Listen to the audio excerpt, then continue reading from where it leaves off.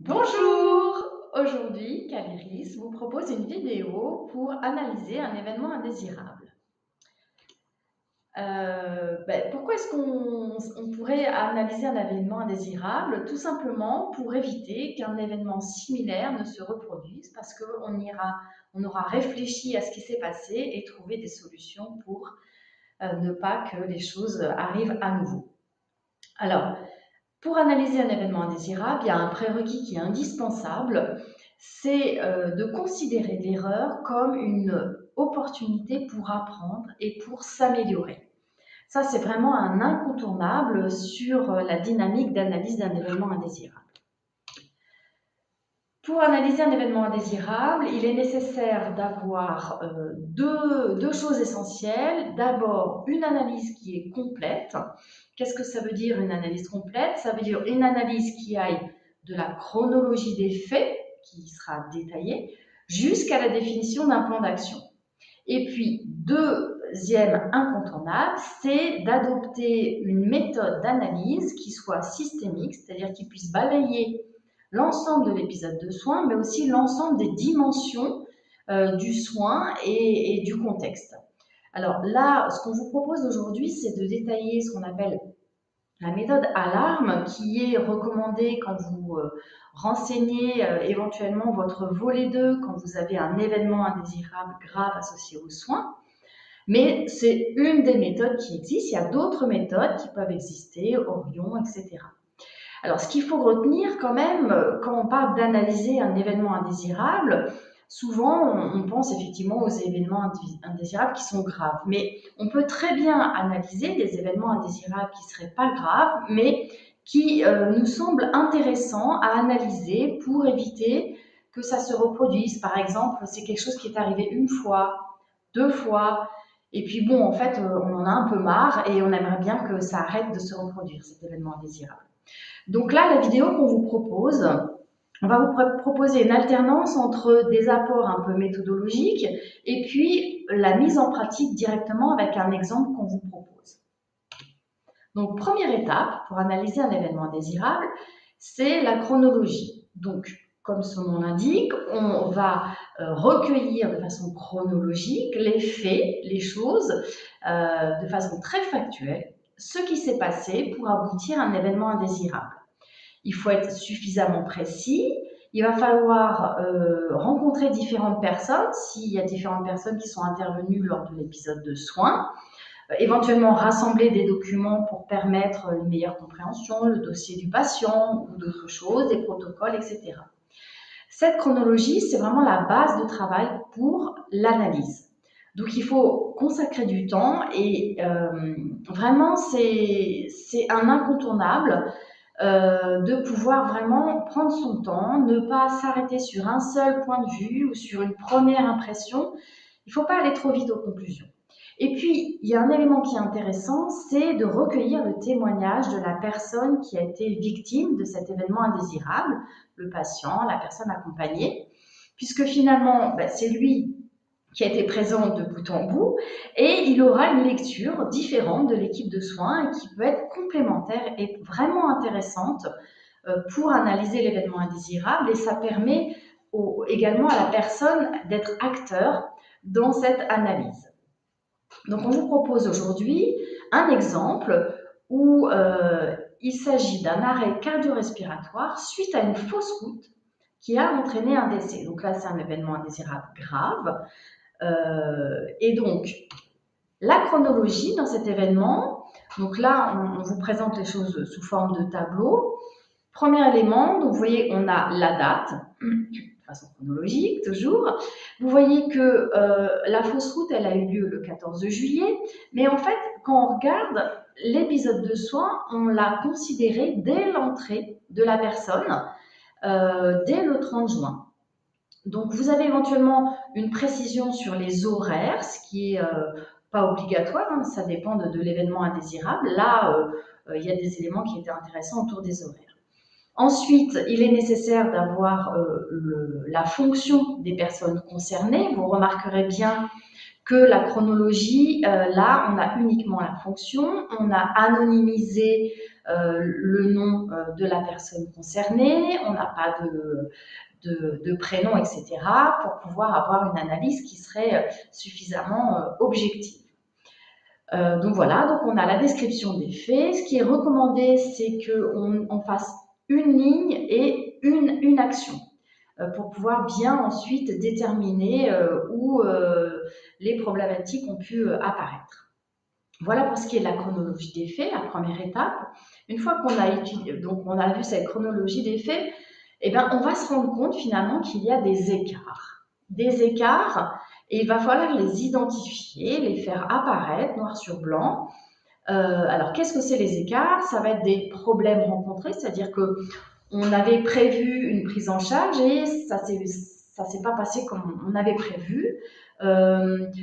Il y a peut-être un protocole qui n'a pas été respecté parce qu'il n'était pas connu ou qu'il était obsolète, des recommandations de bonnes pratiques qui n'ont pas été appliquées par méconnaissance éventuellement, ou des défauts de soins ou d'accompagnement. Donc ces écarts-là, il va falloir les identifier pour finalement commencer à mieux comprendre ce qui s'est passé. Donc là, dans l'exemple, nous avons identifié en rouge des écarts, donc des choses finalement qui ne sont pas conformes à ce qu'on souhaiterait qu'il arrive. Et donc, vous voyez, il y a certaines lignes où on a mis en rouge les écarts. Par exemple, le risque de fausse route est évalué comme faible, alors qu'à l'entrée, c'était évalué comme moyen. Donc voilà, donc on a une colonne écart. Certaines lignes, il n'y a pas d'écart, les choses sont entre guillemets passées normalement, comme on l'attendait. Donc voilà. Bien évidemment, il est important d'avoir en tête que cette chronologie avec les écarts, il faut s'appuyer sur les protocoles de service, il faut s'appuyer sur les pratiques. Donc, commencer à creuser avec l'équipe qui était présente et qui travaille au niveau du service où ça s'est déroulé. Donc voilà, on a fait la chronologie avec vraiment le détail de ce qui s'est passé. On a commencé à identifier les écarts. Maintenant, on va identifier ce qu'on appelle la cause immédiate. Il y a toujours, en fait, c'est le haut de l'iceberg. C'est ce qui est visible en disant, alors ça peut être un oubli, un raté, une décision qui ne serait pas conforme, des choses comme ça. C'est un peu ce qu'on voit tout de suite, quoi. Et alors attention, le piège, c'est de s'arrêter à ça. En fait, si vous vous arrêtez au haut de l'iceberg, vous n'allez pas traiter vraiment les causes profondes et finalement, vous n'allez pas faire en sorte que cet événement ne se reproduise pas. Donc il faut vraiment, dans cette cause immédiate, surtout pas aller chercher le coupable. Il n'y a aucun intérêt. Il faut vraiment garder à l'esprit qu'on est ici pour apprendre de ses erreurs et donc respecter ce qu'on appelle la culture positive de l'erreur et bien consolider la chronologie avant d'aller chercher la cause immédiate. Donc, c'est un peu contre-intuitif. Naturellement, l'humain a plutôt tendance à aller chercher la cause avant la chronologie. Mais non, il faut se remettre dans cette dynamique-là. Et il faut valider les causes immédiates avant de rechercher les causes profondes. C'est vraiment des étapes pas à pas. Dans notre exemple, la cause immédiate qui a été déterminée en équipe, puisque ce travail, c'est pas quelque chose qui se fait dans un coin sur un bureau par une seule personne, ça c'est vraiment important à avoir en tête. Ce qui a été identifié ici, c'est un défaut d'adaptation de la texture du repas. Donc ça, c'est ce qui est visible facilement. Donc, on a vu effectivement la chronologie des faits, les écarts, la cause immédiate, et on va maintenant identifier les causes profondes à partir des écarts qu'on a identifiés dans la chronologie des faits. Vous voyez là sur ce qui vous est présenté que les causes profondes peuvent avoir, on va dire, différentes origines, d'où l'intitulé exact de la méthode, c'est une analyse systémique puisqu'on va analyser tout le système. Vous voyez là, effectivement, vous pouvez avoir des causes ou des facteurs qui sont liés au patient, d'autres aux tâches à accomplir, d'autres à l'individu, puis à l'équipe, à l'environnement, à l'organisation et au contexte institutionnel. Ces causes profondes, il va falloir qu'on les identifie à partir de la chronologie et des écarts identifiés. Vous vous souvenez, en rouge. Et donc, les écarts identifiés en rouge, pour trouver les causes profondes, on va se poser la question pourquoi plusieurs fois, pour effectivement ne pas rester à une analyse superficielle de la survenue de l'événement indésirable. Donc concrètement, dans notre exemple, vous voyez sur la colonne de gauche la description des faits avec les écarts en rouge, et puis donc écart oui ou non dans la petite colonne à côté, et les facteurs favorisants ou causes profondes qui sont classés par famille dans la colonne de droite.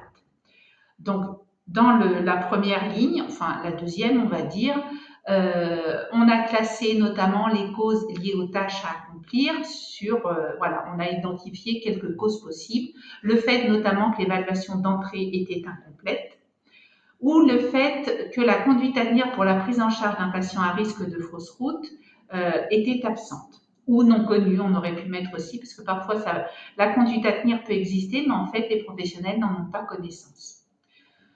Donc voilà, alors c'est un travail chronophage, hein, c'est assez long à mener puisque pour chacun des écarts, il faut approfondir et puis il faut se poser la question pourquoi. Effectivement, en équipe, puisque l'analyse ne se mène jamais effectivement tout seul dans son coin, c'est toujours une analyse multiprofessionnelle, puisqu'on a tout à gagner, chaque profession a sa façon de voir les choses et on a tout à gagner d'analyser avec toutes les professions autour de la table. Et là, vous voyez en haut, en rouge, vous avez la cause immédiate qu'on a identifiée tout à l'heure. Alors parfois, il n'y a pas une cause immédiate, mais plusieurs, ça peut arriver. Et du coup, tout ce qui est entouré en rouge dans la colonne facteurs favorisants, c'est aussi des causes profondes en lien avec la cause immédiate. Pourquoi il y a eu un défaut d'adaptation de la texture?